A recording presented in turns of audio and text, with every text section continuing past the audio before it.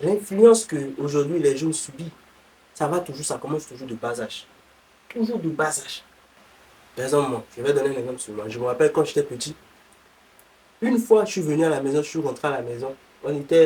C'était chez moi au pays, au Cité Christophe. J'étais revenu avec beaucoup d'amis comme ça. On est revenu avec beaucoup de potes. Je suis venu avec beaucoup de mes potes de l'école. On est venu, on est arrivé, on est rentré dans la concession. Ma mère était en train de cuisiner. Quand je suis venu avec un groupe d'amis, ma mère m'a vu. Donc on était, je sais pas, un peu comme vous là-bas, je suis ici. Elle me dit, mais qui sont ces gens-là? Elle dit, ce sont mes amis. Elle dit, quoi? Tes amis? Elle m'a insulté d'une manière. Chez nous au pays, on dit, me dit, yo, quelqu'un n'attend. Dégage devant moi avec tes amis là. Je ne veux plus te voir avec des amis. J'ai eu honte ce jour-là. Vous savez, j'ai eu honte ce jour-là. Parce que ma mère m'a insulté devant mes amis. Elle m'a chassé avec mes amis. Mais aussi, j'ai appris quelque chose ce jour-là. Et jusqu'à aujourd'hui, j'ai pas d'amis. Vous savez pourquoi? À cause de ce que ma mère m'a dit. J'ai peur d'avoir des amis. Parce que dans ma tête, je me dis, ah, si j'ai des amis, bah, ma mère sera mécontente. Et il n'y a pas que ça. Vous savez, après, quand elle m'a parlé comme ça, elle m'a appelé après. Elle m'a parlé, elle m'a dit, tu sais pourquoi j'ai crié sur toi? J'ai dit non, les amis, c'est pas bon. Elle m'a donné des conseils. Jusqu'à aujourd'hui, j'avance, j'ai pas d'amis, à part mon frère. Je ne dis pas que j'ai pas d'amis, j'ai des connaissances. J'ai certains amis, mais l'amitié chez moi, c'est pas la même chose comme pour les autres. J'ai pas d'amis, on se rencontre pour aller fumer, j'ai pas d'amis, on se rencontre pour aller boire, j'ai pas d'amis, non, il n'y a pas ça chez moi. J'ai des amis où quand je sais que je suis dans un souci, ils peuvent m'aider, où on peut se soutenir, où on a des objectifs. J'ai pas d'amis, j'ai que des frères. C'est ce que je dis, moi j'ai pas d'amis, j'ai que des frères. L'amitié, moi je connais pas. Alors, je donne cet exemple pourquoi. Si aujourd'hui je suis grand, par exemple là où je suis, je ne suis pas influencé par quelqu'un, ni par un ami. Tout ça pourquoi? Parce que ma mère, dès le début, quand j'étais enfant, elle m'avait menacé. Vous vous rappelez? Je vous ai expliqué l'histoire là. Elle m'avait menacé. Et aujourd'hui, je ne suis pas influencé par un ami, je n'ai pas d'amis. Je suis tranquille. J'avance tranquillement. Par la grâce de Dieu. Mais imagine si j'étais venu avec des amis et que ma mère n'avait rien dit. Aujourd'hui, je serais comment? Vous voyez? Donc, dès le début, si un parent apprend à l'enfant à avoir confiance en lui, à ne pas attendre l'approbation, à ne pas vivre selon l'approbation des autres, à être sûr de lui. Si un parent dit à son enfant ou à son fils, tu es beau, ou dit à sa fille, tu es une belle fille, tu es tellement jolie. Ou par exemple, la fille, par exemple, la soeur, son frère a l'habitude de lui dire, ma soeur, tu es tellement belle, hein? Tu es la plus belle de la famille. Vous voyez, tout ça, ça développe une confiance.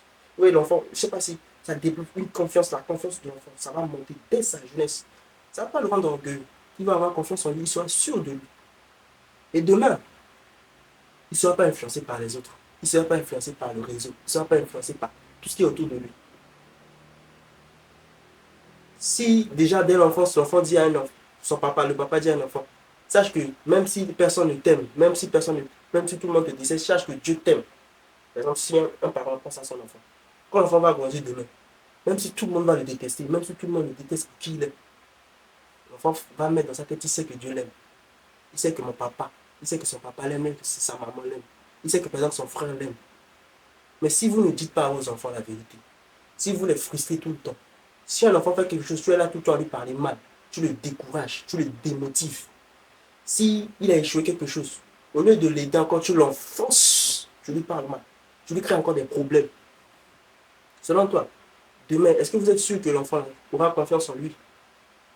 Selon toi, est-ce que vous êtes sûr que l'enfant aura la capacité de vivre seul? Parce que déjà, dès l'enfance, tu ne le soutiens pas, tu ne l'aides pas, tu ne le motives pas. Tu ne lui fais pas comprendre que sans les autres, il peut avancer. Déjà, tu lui as déjà freiné son évolution dès l'enfance.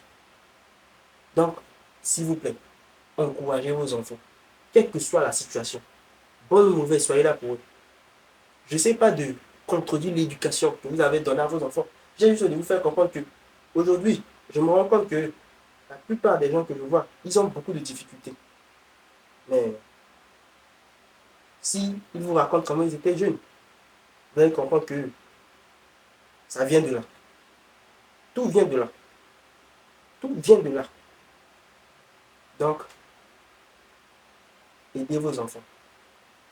Soutenez-les. Que ce soit dans les bons, dans les mauvais moments. Je ne dis pas de soutien, je ne parle pas. Non, je ne refuse pas.